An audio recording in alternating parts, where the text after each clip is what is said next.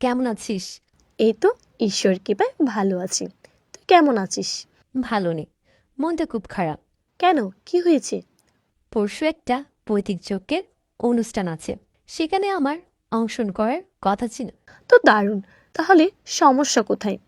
আজ আমার পিরিয়ড হয়েছে। মা বারণ করেছে, বলেছে পিরিয়ড হলে মেয়া নাকি অসুচি। ঈশ্বরের উপাসনা, ধর্মীয় কোনো কাজ এসব করা যায় না, তাই মন খারাপ। তুই তো শিক্ষিত মেয়ে, পড়াশোনা করিস, এই ধরনের কুসংস্কার কিভাবে বিশ্বাস করলি? এসব কে বলেছে? মাই বলল। শাস্ত্রাদি পড়ে দেখ, ধর্মে কোথাও এসব বলা নেই। তুই বল না, মনটা খুব খারাপ লাগছে। ঠিক আছে, শোন, আমি সব বলছি। আপনারাও সকলে মনোযোগ সহকারে শুনুন। নারীরা কি পিরিয়ডে অসুচি? তারা কি ঈশ্বরের উপাসনা করতে পারেন না? এই বিষয়ে অনেক কুসংস্কার বর্তমানে ও সনাতনী সমাজে প্রচলিত। চলেন তাহলে সত্যিটা জেনে নেওয়া যাক। প্রায় 28 দিন পর পর একজন নারীর শরীরে যে চক্রটি ঘটে সেটাই রাজচক্র বা পিরিয়ড। এটা প্রকৃতির নিয়ম, ঈশ্বরের সৃষ্টি।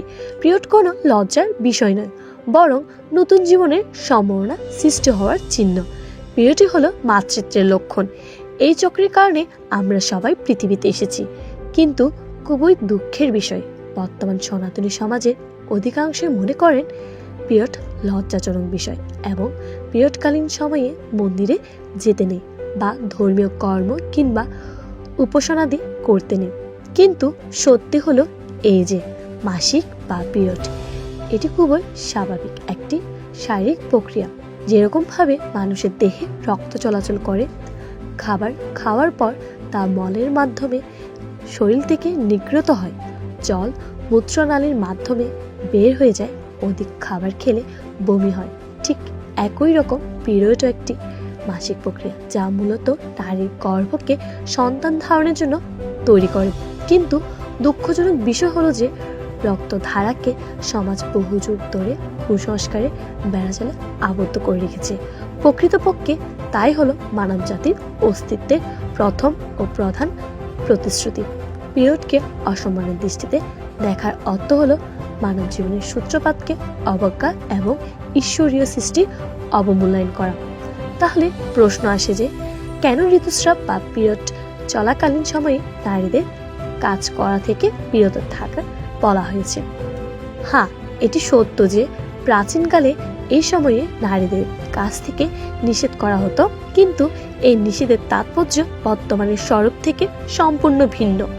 পিরিয়ডের সময় নারীদের বিভিন্ন সমস্যা দেখা যায়, যেমন অস্বস্তি, তলপেটের তীব্র যন্ত্রণা, মাথা ব্যথা, ক্লান্তি, চিন্তা পরিবর্তন, মেজাজ খিটখিটে, কাজে মন না বসা ইত্যাদি।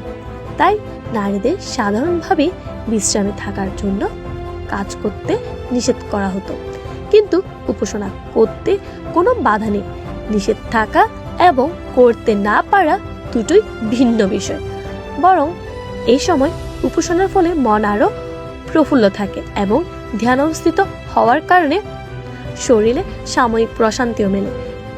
শাস্ত্রে কোথাও ঋতুস্রাবকে অবজ্ঞা করা হয়নি বা পিরিয়ডকালীন সময়ে নারীকে অপবিত্র বলা হয়নি, বরং পবিত্র অথর্ববেদের 11 নং কাণ্ডের প্রথম সূক্তের 17 নং মন্ত্রে নারীকে শুদ্ধা পূতা শোষিত বলা হয়েছে, যার অর্থ নারী শুদ্ধ, পূজ্য ও পবিত্র।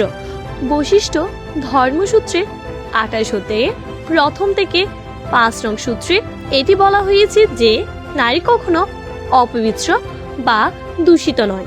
ঋতুস্রাবের সাময়িক অসুস্থতা তার পাপ পরিষ্কার করে দেয়।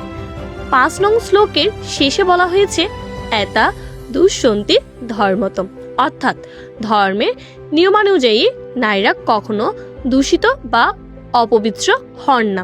শারীরিক প্রক্রিয়ার জন্য নারীকে অসম্মান করা কিংবা ধর্মীয় কর্মে বাধা প্রদান করা অসম্পূর্ণ, অশাস্ত্রীয় ও পাপ। আরো বিস্তারিত জানতে শুনতে পারেন পূজ্য আচার্য আনন্দ পুরুষোত্তমজীর এই প্রবচনটি।